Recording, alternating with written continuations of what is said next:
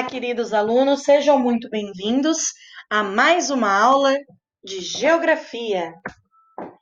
Professora Jéssica Fazanha, para as turmas do quarto ano A e B. Iniciaremos agora a aula de Geografia no livro 2. Para esta aula, vocês precisam primeiro do livro módulo 2. Segundo, de um lugar calmo para poderem realizar a leitura. Terceiro, do estojo de vocês, caso precisem anotar alguma coisa ou responder alguma questão. Quarto, precisam de muita atenção. Estamos distantes fisicamente, mas o nosso compromisso com o aprendizado permanece. Juntos por um mundo melhor.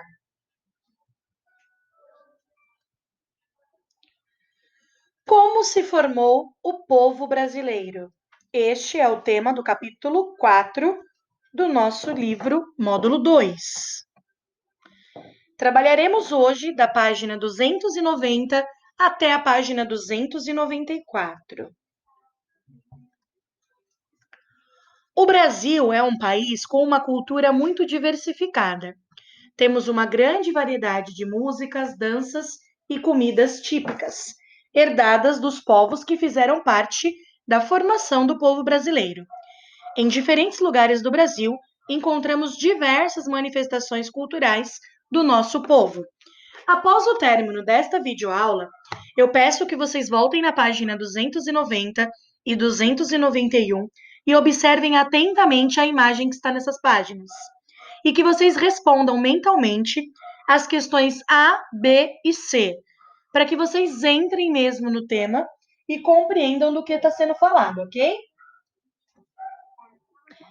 Na página 292, nós vemos que o povo brasileiro se formou por meio do encontro e a miscigenação de diferentes povos. Nossa, professora, que palavra é essa? Miscigenação vem de miscigenado, que significa mestiço, que resulta da miscigenação, ou seja, da mistura de raças, tá? Então, miscigenação é a mistura entre raças de diferentes povos. Primeiro, nós tínhamos os índios, que antes da chegada dos portugueses nestas terras, que hoje é o nosso Brasil, já existiam diferentes povos indígenas. Mas esses povos ficaram cada vez em menor número, devido à escravidão, às mortes nos conflitos e às doenças desconhecidas que foram trazidas pelos portugueses. Então, os índios, que antes eram numerosos, foram ficando com um número cada vez menor. Depois, vemos na página 293 que o povo brasileiro também foi formado pelos colonizadores. Os portugueses foram os principais colonizadores europeus a participar da formação do povo brasileiro, pois foram eles, os portugueses, que estabeleceram contato com os índios, e foram eles que vieram ocupar as terras para formarem o território do nosso país. Depois, em terceiro lugar, vêm os africanos. Com o número de indígenas diminuindo, a mão de obra também ficava reduzida. E como precisavam de mais homens, cerca de 4 milhões de africanos foram trazidos para o Brasil para serem escravizados.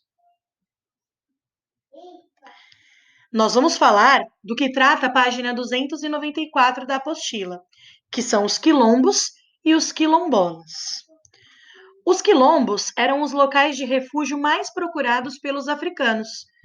Os escravizados, quando eles queriam fugir dos maus tratos, do trabalho forçado, da falta de alimentação saudável, da falta de moradia, quando eles queriam lutar e fugir para ter a sua liberdade, era para os quilombos que eles se direcionavam. Então, quilombos eram os locais de refúgio dos africanos escravizados. Quilombolas são os brasileiros livres que são descendentes de africanos escravizados. Eles preservam sua cultura, como a culinária, as danças, as músicas e sua agricultura. A atividade proposta no livro, desta vez, ainda não iremos para o questionário tradicional do livro. Nós faremos uma questão.